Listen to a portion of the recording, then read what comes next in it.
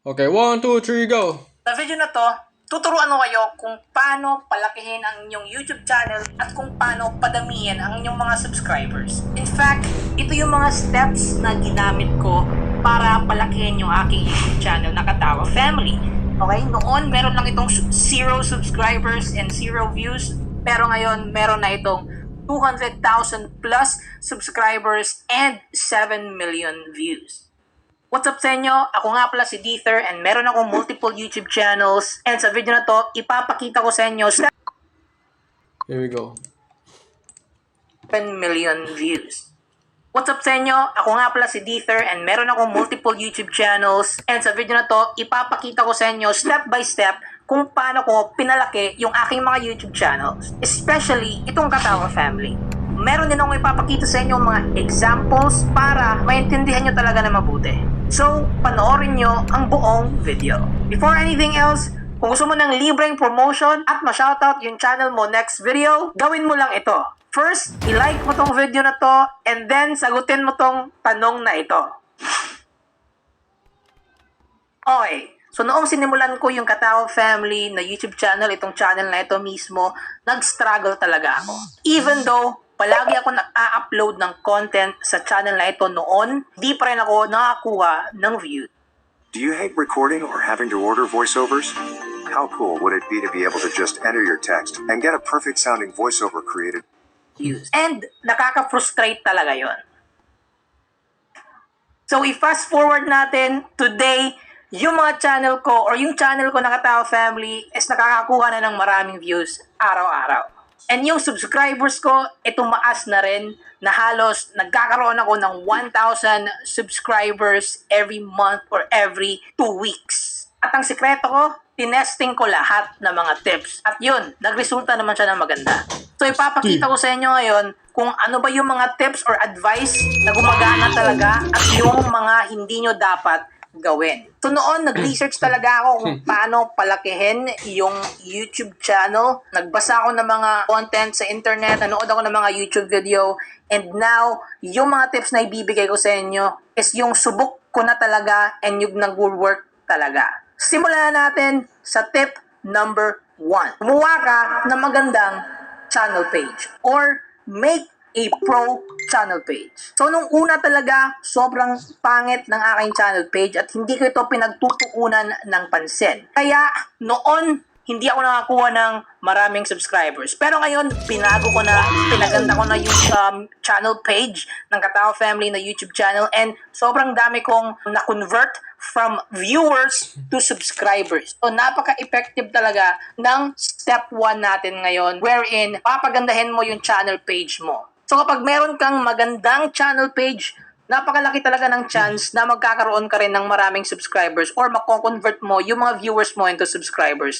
Bakit? Kasi nagmumukhang professional ang iyong YouTube and mapapakita mo rin sa iyong YouTube channel page na seryoso ka talaga and nag-a-upload ka talaga consistently. Okay, so paano ba gumawa ng isang magandang channel page? First, punta ka sa iyong about section, okay, ng YouTube channel mo. Then, maglagay ka doon ng magandang description. Hindi required na mahaba yung description mo. Basta, ilagay mo lang doon kung ano ba talaga yung meaning ng channel mo. Gaya ng Katawa Family na YouTube channel, nilagay namin doon, make money online. So, kapag nakita yun ng mga tao and hilig nilang kumita online or gusto nila kumita online, magsusubscribe talaga sila. Pag nakita nila yung about page ng Katawa Family na YouTube channel. So kayo dyan, kung hindi nyo pa napalitan yung about page or wala pa kayong nilagay sa about page nyo, lagyan nyo na yan. Importante yan. Okay, ganito kasi yan. Pag napunta yung isang viewer mo sa iyong YouTube channel page, okay, ang first na gagawin niyan is of course pumunta sa about page and babasahin nila doon kung ano ba talaga yung channel mo. Okay? Ano ito or what's about your channel. So pag may nilagay ka doon na this channel is all about making money online and yung viewer or yung tao na yon ay gustong kumita online, magsusubscribe talaga sila kagad. So next, dapat mag-upload ka ng magandang channel art. So ano ba itong channel art? Ito yung channel art, okay? Yung nasa taas ng ating mga YouTube channel page. So dapat lagay ka ng magandang channel art. Okay? Kagaya ng Katao Family na YouTube channel, meron itong channel art na maganda. Yung inyo, dapat nyo rin lagyan yan ng magandang channel art. Okay, so bakit malaga yung magandang channel art? Yun kasi yung first impression natin sa mga viewers. Pag merong isang viewer na pumunta sa iyong channel page and natignan niya na maganda ang iyong channel art, there's a big possibility na mag-subscribe yung viewer na yan. Okay. So, nagawa nyo na yung magandang channel page. Ngayon, yung profile picture nyo naman or yung icon nyo naman. Yung icon ay makikita sa ibaba ng channel page, yung parang profile picture natin. Yun, palitan nyo rin yan, pagandahin nyo rin, and that's gonna help on our first impression sa mga viewers, and there's gonna be a big chance na mag-subscribe yung mga viewers ng channel mo. So, tip number 2, optimize and yun. So, maraming tao yung nag-struggle kasi nga, hindi nila pinaplano at ginagawa nila, pinakot na nila, ang mga kakarante at sasalita na tayo. So actually guys, yung mga nagsasalita, pinaplano talaga nila yung mga video na nagsasalita. So bakit ito natin ito? Kaya sarili mo, mga matunood sa'yo. Kapag hindi mo planano ang there's gonna be a high sensitivity na magiging ito ang hindi ito magiging. Kapag boring yung video, yung mga tao na mag-take away. Dapat yung gagawin mo, tagunin mo yung video mo, lagyan mo ng mga participate, o di kaya gawin mo more engaging, lagyan mo ng emotion, all of that, para ituloy na yung mga matulog. Kasi guys, even though yung mga tao na nanonood sa'yo, nanonood para matuto, o di kaya mag-entertain, napakaliit pa rin ng attention span ng mga tao, or napakaliit pa rin ng attention span natin. Mabilis lang tayo maburingan sa isang video, pag hindi tayo na-entertain or hindi tayo na-engage sa video, i-close natin kaagad. Aminin nyo, ginagawa nyo rin yan. So, kailangan talaga planuhin yung video, gawing more energetic, entertaining, and engaging sa mga manunood sa'yo. Okay, so personally, yung ginagawa ko sa mga videos ko is gumagawa ko ng script. Pero, isinusulat lahat ng mga sasabihin.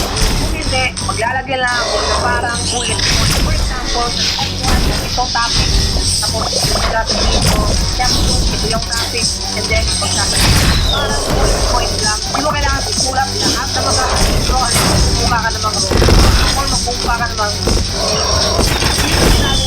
gumagawa ako ng konting script, and then yun, parang mga bullet point lang. Pagkatapos mong maplano ang iyong video, ngayon, pagtuunan mo natin ng content, yung description. Dapat, yung mga sinasabi nyo at yung description, kailangan kumuha ka ng all about plastic content, ilalagay mo. So yan, okay, importante yung sa YouTube, yung post sa channel mo, pero maganda pa rin yung may mga tao din na nagbabasa ng description. Tip number 3, reply to reply ng mga comments sa mga videos na i-upload mo, makakadagdag ito sa engagement natin na ma-receive ni YouTube algorithm. So pag nagre-reply ka ng mga comments sa mga YouTube video mo, malaki ang chance na video mo ano bang ibig sabihin? Kapag sobrang daming engagement na nakuha mo sa YouTube video na in-upload mo, ano ba yung mga engagement? Likes, dislike, comments? Pag sobrang dami niyan sa isang video mo, maaari itong i-push ni YouTube algorithm sa suggestion at sa homepage. Okay? And makikita ito ng maraming tao. Okay. So, paano ka ba makakuha ng comments sa My name is Fanny Texter. I'm a documentary filmmaker at using Premiere. yung mga YouTube video? Magtanong ka sa mga viewers. So, kapag nagtanong ka sa video mo, of course, may topic yan sa comment section. Then, kapag meron nasagot sa comment section, replyan mo sila. O di kaya, i-heart mo yung mga comments. Ang mangyayari dyan, makakakuha ng comment section, and mas dadami pa yung mga comments sa YouTube.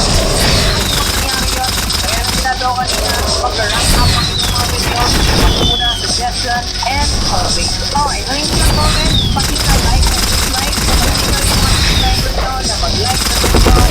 Kaya, dislike yung video, ito pa rin yun. So kaya kung meron kang partner sa YouTube channel mo, still, pakakatulong pa rin. But I think, pinakamalaga sa engagement ng mga buwan natin sa video natin is yung pag-share. Sabihin ko ng mga subscriber ninyo, mag-sunod, mag-share. Okay? Mag-comment, mag-like, mag-dislike, mag-share. Tip number 4, be consistent. So So, napaka-importante ng pagiging consistent sa YouTube. What I mean by pagiging consistent sa pag-upload ng mga video. The more data that you give to the YouTube algorithm, the more it will push your content to the suggestion and the homepage. At kapag napalandra yung inyong mga videos sa homepage, suggestion, o di kaya sa search, sobrang taas ng chance na makakuha ka ng maraming subscribers. At makakatulong talaga ito sa pag-grow ng iyong YouTube channel. So, be consistent. Pero, huwag naman pamitan sa quality ng video. Still, kailangan ko rin ng good content. So, dapat kong iwalan yung quantity and quality. Kagaya ng ginawa kong experiment sa Katao Family YouTube channel na to, ay really upload sa channel na to for 1 month and alam niyo ba kung ilang subscriber yung nakuha ko? 12,000. Gawin nyo rin yung experiment na yan for 1 month pag-upload nyo. So, sobrang powerful ang magiging consistent sa YouTube. Kasi mas patapuran ka ni YouTube kapag naging consistent ka kapag mayroong palaging upload. A very good example of being consistent is ni Coach Max. Kung hindi nyo kilala si Coach Max, ito siyang basketball influencer. Basketball training, volleyball, and sobrang consistent na channel na yun. Halos everyday upload kahit Saturday and Sunday. Kung consistent na yung channel ni Coach Max, sobrang dami na subscribers. And number 5, get subscribed. Ito, na makakuha natin sa channel na to. Saan tayo kukuha? Especially kung bago pa lang tayo at meron tayong pagkukunan natin ng subscribers is Facebook. Meron kang Facebook account at marami ng friends just need to post your channel sa Facebook and for sure, maiintriga ng mga friends and family mo. At i-check nila yung channel mo. Second, na pagkukunan natin subscriber is Facebook group. Sobrang dami ng Facebook group na nagpo-focus sa YouTube. Pero hindi ko sinasuggest yung sub for sub na mga Facebook group. Yung lang talagang legit na Facebook group, marami kang makikita dyan. YouTube community sa Facebook. Pwede mong i-post ang iyong channel doon at maaari kang makakita doon ng mga tao na may interest sa mga topic or niche mo. Next tip para sa subscribers is yung pagko-comment. So I will go to my computer at ipapakita ko sa inyo kung paano ginagawa yung pagko-comment or comment na technique. Okay, so nandito tayo ngayon sa channel ko na Katao Family. So ang niche ng channel ko is how to make money online or paano kumita online in Tagalog. So, solid na niche na ito. So, alam ko yung niche ko. So, ang gagawin natin ngayon Gcash? is i-search natin sa Scan to YouTube pay? paano kumita online. Okay? And dito sa filter and then channel. So dito, makakita tayo ng sobrang daming mga YouTube channel that talks about paano kumita online. Okay? Ang gagawin natin is magsusubscribe tayo sa lahat o sa mga kaya natin na abutin. So, magsusubscribe tayo. Pagkatapos nyan, i-click natin yung bell button. For example na lang, ito si James Tristan Ruiz.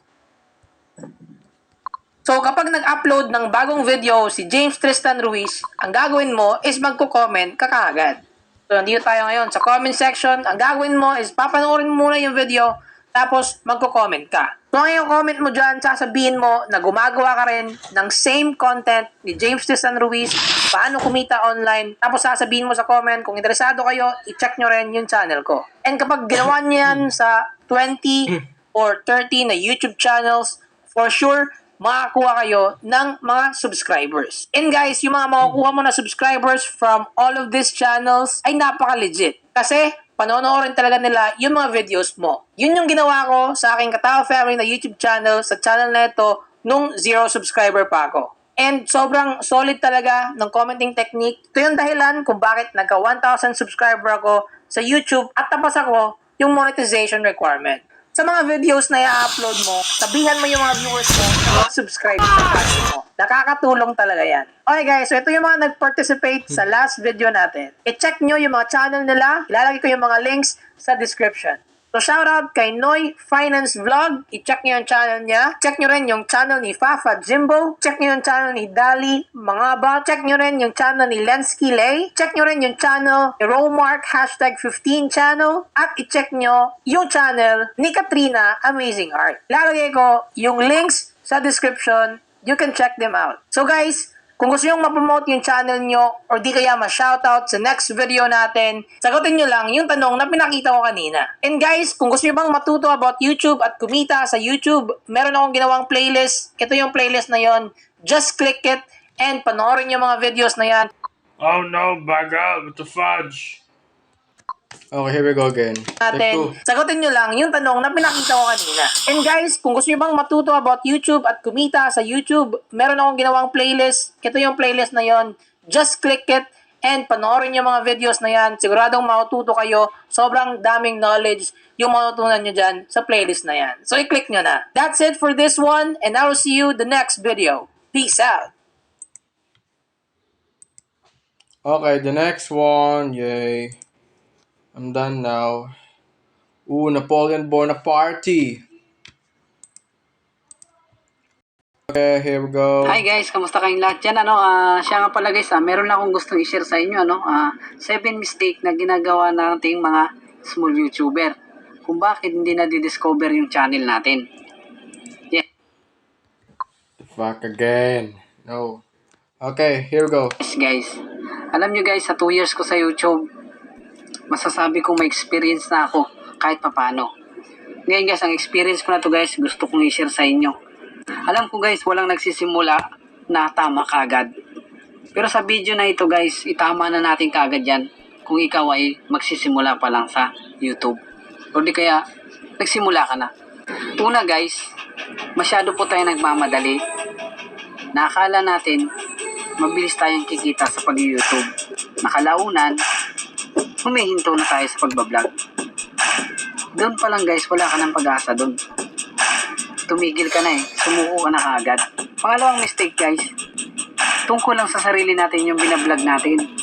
Dito sa YouTube guys, kung di ka pa kilalang tao or vlogger, tapos mga content natin tungkol lang sa sarili natin, katulad na lang ng daily routine, namamasyal ako, yung tipong naglalaba ako, wala pong gustong manood yan guys. Sino ka ba para panoorin yan? Sorry guys pero yan ang katotohanan guys. Real talk to guys. Kung naiinis ka sa video na to guys, pwede ka nang mag-exit. Yes guys. Pangatlo guys, hindi po tayo gumagamit ng tamang title sa video natin guys. Puro patsamba lang yung title natin. Alam nyo guys, kapag nag-upload po tayo ng video, dapat meron po tayong proper na title. Yes guys, hindi pwede yung patsamba-tsamba lang. Ngayon guys, kung gusto mong matutunan ng tamang pagka-title guys, meron na akong i-recommend sa inyo na apps. Sila na mismo ang magbibigay sa inyo ng tamang title. Check nyo na lang yung mga video ko dyan sa channel ko. Meron po akong ginawa dyan. Pangapat guys. Oh no. No. Okay, here we go now again. Dapat meron po tayong proper na title. Yes guys, hindi pwede yung patsamba-tsamba lang. Ngayon guys, kung gusto mong matutunan ng tamang pagka-title guys, meron na akong i-recommend sa inyo na app. Sila na mismo ang magbibigay sa inyo ng tamang title. Check nyo na lang yung mga video ko dyan sa channel ko. Meron po akong ginawa dyan. Tingnan nyo. Okay, yay. Ngayon guys, kung gusto mong matutunan ng tamang pagka-title guys, meron na akong i-recommend sa inyo na app. Sila na mismo ang magbibigay sa inyo ng tamang title. Check nyo na lang yung mga video ko dyan sa channel ko. Meron po akong ginawa dyan. Tingnan nyo na lang guys. Oh no. Okay, here we go now guys. 1, 2, 1, 3, M. Makakatulong po yan guys. Pangapat guys, tamad ka magbigay ng oras sa thumbnail mo, sa video mo. Alam nyo guys, sa mga katulad nating mga hindi kilalang YouTuber, yan lang yung isa sa pag-asa natin makakuha tayo ng organic views sa YouTube. Kasi guys, ang pinaka first impression ng video natin ay thumbnail. Dalawang combination yan guys. Una, title, proper title. Pangalawa, proper thumbnail. Yes guys. Huwag po natin baliwalain ito guys. Dahil kita mga video na hinahayaan lang nila na si YouTube na ang maglagay ng thumbnail. Napakapangit guys pag si YouTube ang maglagay mismo ng thumbnail. Kung di mo alam paano gumawa ng thumbnail or ano ang thumbnail, may video din ako dyan guys. I-check nyo na lang guys dyan sa channel ko. May mga video po ako dyan kung paano gumawa ng thumbnail or kung ano ang thumbnail.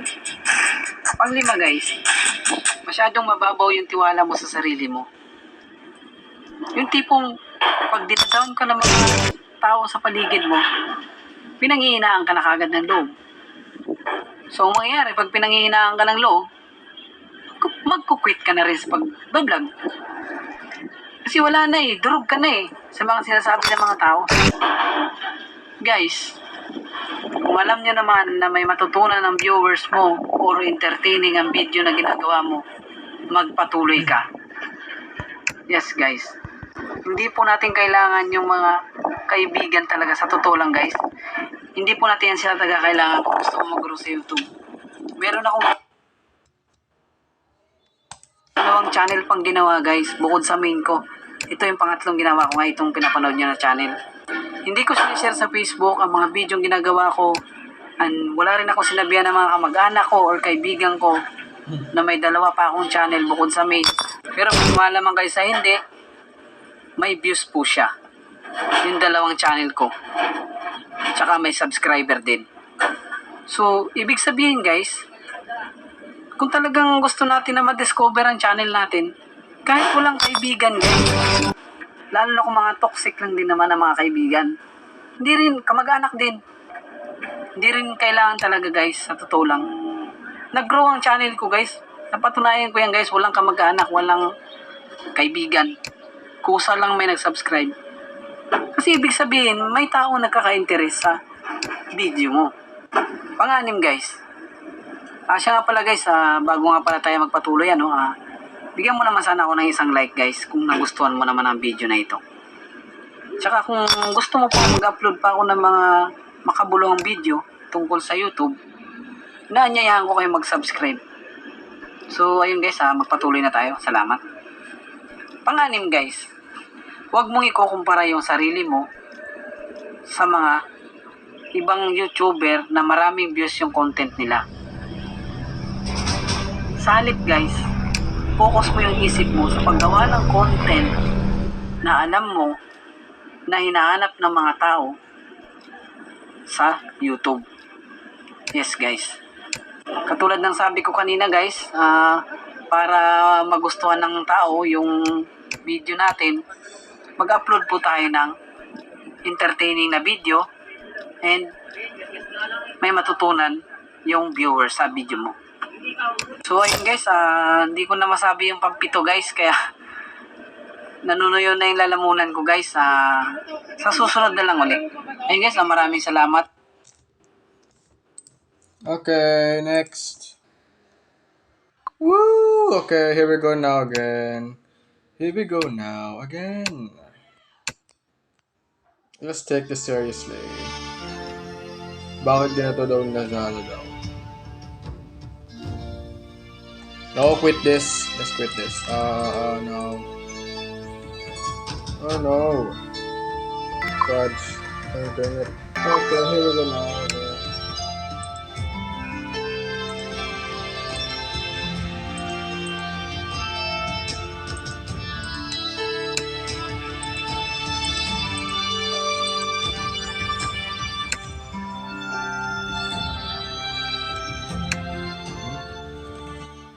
Music background.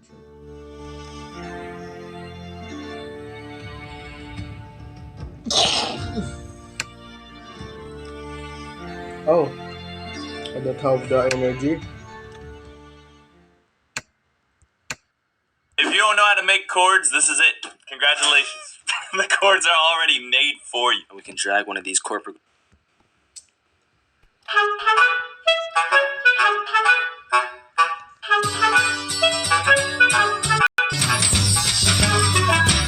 Mickey Live. Live party and club.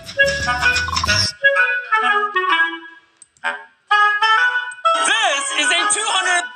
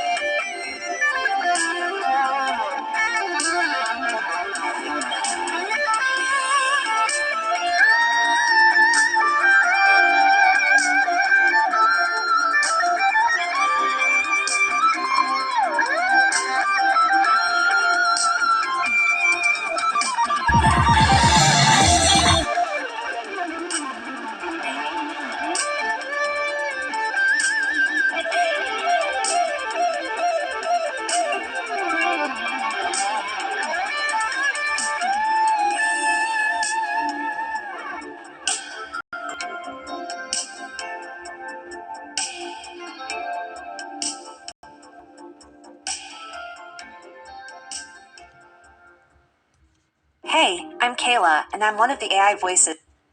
Okay, the next one.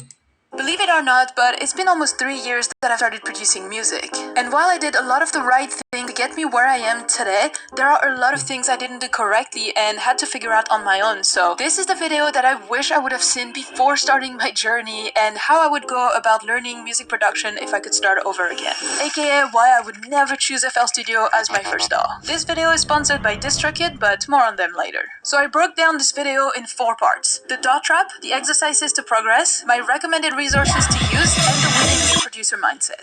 So what I mean by the DAW trap is that I personally lost a year trying to produce music on a DAW that just didn't work for me. As a result, I struggled for months trying to coming up with new ideas, I struggled trying to learn a new genre I wanted to make, and to be honest, I didn't really feel inspired to create music. Sometimes it even made me question if I was made for music production. If I could go back in time, I would absolutely experiment more with free trials of DAWs to try them out before committing to one. It would have both saved me time and money. If that interests you, the DAW I am referencing is FL Studio, and I switched for Logic Pro, which I explain in more details in this video. Now, I'm not the only one with this story. Here's another example, but worse. Someone recently told me on Instagram that they had given up altogether on music production because they couldn't figure out how to make a good song. They got disappointed, lost interest in making music, and thought that music production wasn't for them. Luckily, they gave it another try on another DAW this time, and everything went smoothly. Since then, they never stopped making music and they are enjoying their craft. That is how important choosing the right DAW for you at the beginning is. This is why there are multiple options for us to choose from, so take advantage of it and try different ones before committing to one. It's like dating, really.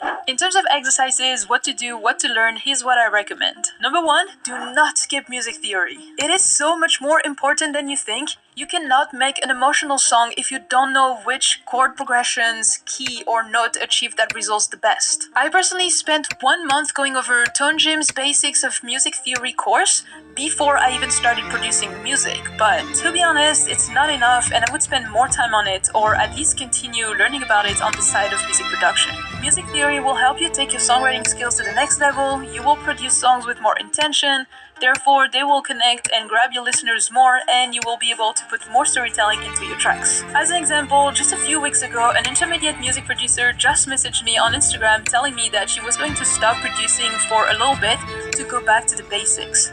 Music theory. Why? Because she feels stuck when it comes to songwriting and feels like something's missing in her songs. Don't make such a mistake and take the time to learn music theory sooner than later. Number 2, prioritize learning an instrument on the side. Learning piano helped me immensely in making better songs. If you struggle to come up with good melodies or good chord progression, it will help you break the barrier that you have between your head and your DAW. It opens a whole new world of creativity just at the tip of your fingers. During the coaching sessions that I do, I often see my students being stuck in the piano roll. They feel constrained to the bar's rhythm, which often results in very robotic melodies. So instead, by playing the song, it will become more natural, more human, and it will put 10 times more emotions into your songs. Now, I know there are some exceptions to the rule, but I guarantee that it will help you speed up your learning of music production by having some knowledge of an instrument. Let it be piano, guitar, drums, you choose. Number 3, watch from start to finish tutorials. If you've been following me for a while, you are probably tired of hearing me talk about this, but this is the best way to make your first songs. Before trying to make your own, recreate exactly what people do in the video as much as you need to. But the main important detail here is do not focus on making it sound professional or as good as you can. It's not about making the best song, it's about making a song, your first song. It's about understanding what goes into producing a track, the steps, the workflow, how they all work together, the arrangement. This I did correctly, but if I could start again, I would do way more of these before trying to do my own. Number 4, the last exercise that I would focus on way more than I did at the time to learn music production is to do remakes. It's honestly the best way to learn. Learn from the best. It will push your ear to analyze everything and you will learn a lot more than struggling to make your own. But for that to be useful, it has to be done at the same time as making your own. So I would do 50% remakes, 50% your own. One thing that I would do exactly the same though is to start releasing my song as soon as the first one.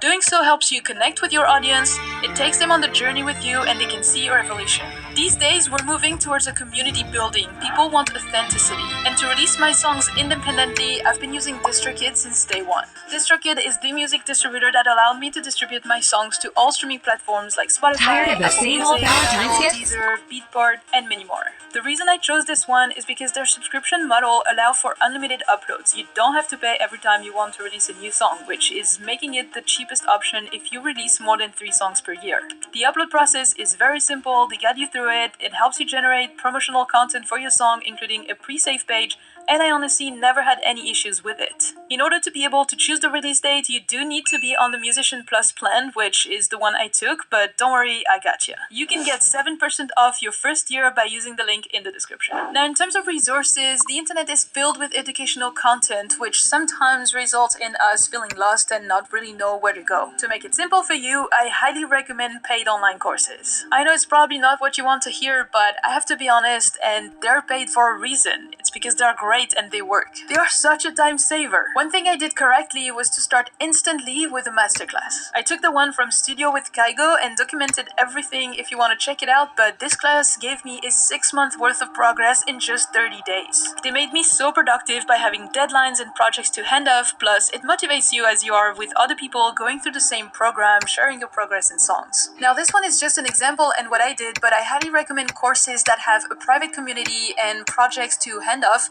as you will learn by doing. Another incredibly helpful resource is to find a mentor, someone that offers regular one-on-one coaching sessions. It will help you avoid some mistakes, make faster progress, but most importantly, having someone to push you through the hard times and keep you accountable. Additionally, the main resource that helped me learn piano, as we talked about it before, is Melodics. I had their desktop app since day one of my journey, and my only regret is to not use it as much as I should have. When being self-taught, it's hard to know what to practice, how to learn piano. Melodics gave me that structure through their guided paths and courses. And in the same idea, Sound Gym and Tone Gym have been 2 websites that I used a lot to learn more about music theory and mixing. They are basically the gym for your ears, giving you 5 little exercises per day to work on those 2 skills, and they include a lot of free courses that are structured in small digestible videos. So all those resources are great to have, but the way I recommend you to use them efficiently is to dedicate time towards learning and to actually put in practice what you learn. For example, you can see here in my calendar for the whole month of November,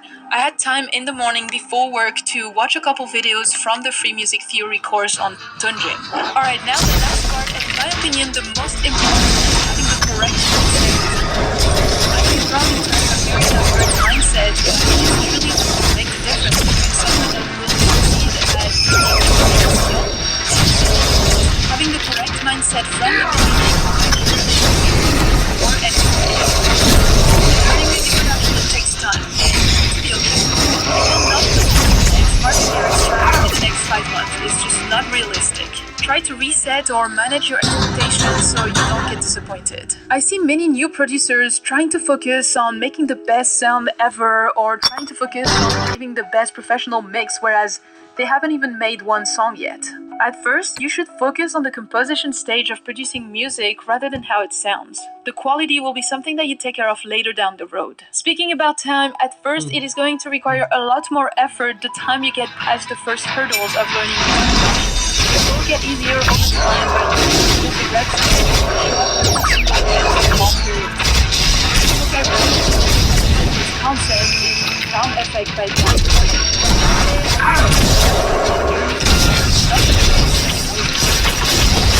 important tip that I have for you is music is very subjective, and what you make will not be liked by everyone. Even your favorite artists have people that don't like their songs. It's just taste and colors. Try to remember that every time someone doesn't like your music, to try to not let it affect you and not give up. Finally, as I've been sharing my journey on social media from the beginning, I got to talk to a lot of beginner or aspiring music producers. One common trait I noticed is that they often ask me questions that they could have easily Googled and get the answer in just 30 seconds. I've fallen into the trap myself, but my point here is that you have to be curious and a problem solver. Can't find how to automate a serum knob in Logic Pro? Google it. Your DAW is getting stuck at the opening of a project? Google it. Chances are other people ran into the same problem as you and found solutions online. More often than not, this takes me about 5 minutes to find the answer that I'm looking for. I'm going to use my YouTube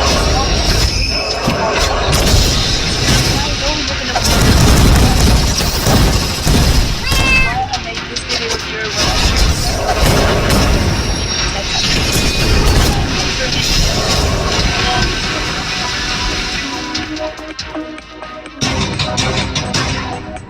Good one. Okay, here now. Disclaimer, if you don't like my melodies, then this video is not for you. Number 1, imperfection is character. Now here's the thing, perfect is kind of boring. If all the notes are played at the perfect time, at the perfect length, and at the perfect rhythm, then it's kind of bland. It's boring, it's unseasoned. Which is why nowadays I'm really embracing imperfection in my melodies. Whenever I put melodies down now, I'm never clicking them in, I'm usually playing them on my keyboard. And I'm not going into MIDI, now I'm just recording straight into audio. Now if you don't have a keyboard, there are a couple ways you can make this sound. First thing out.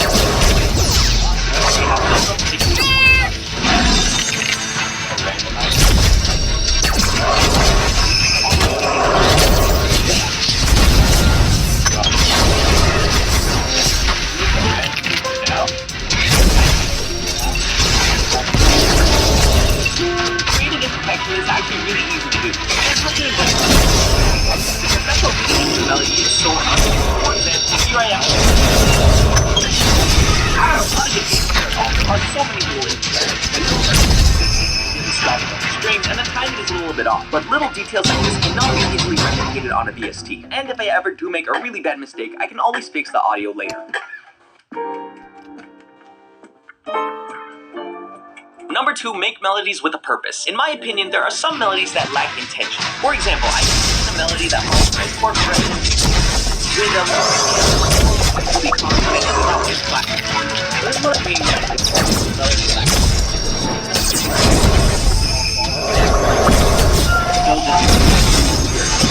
There's no structure.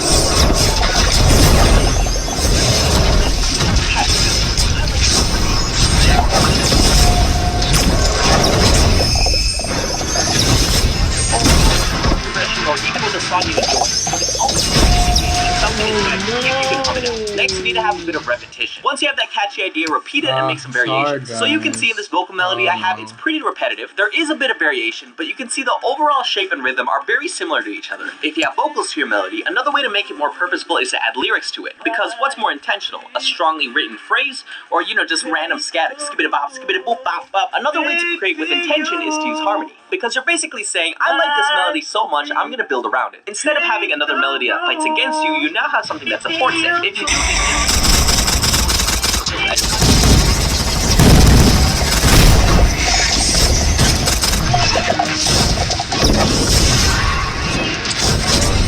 Number 3, create a soundscape. One big thing I focus on now is creating a soundscape around my melody. Because it's one thing to make something sound good, but it's another to really take you to a different space. For example, let's say Ay na! and I put Wait some muna. voice over it.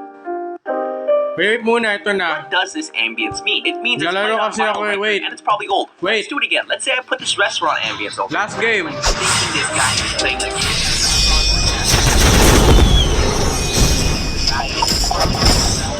rating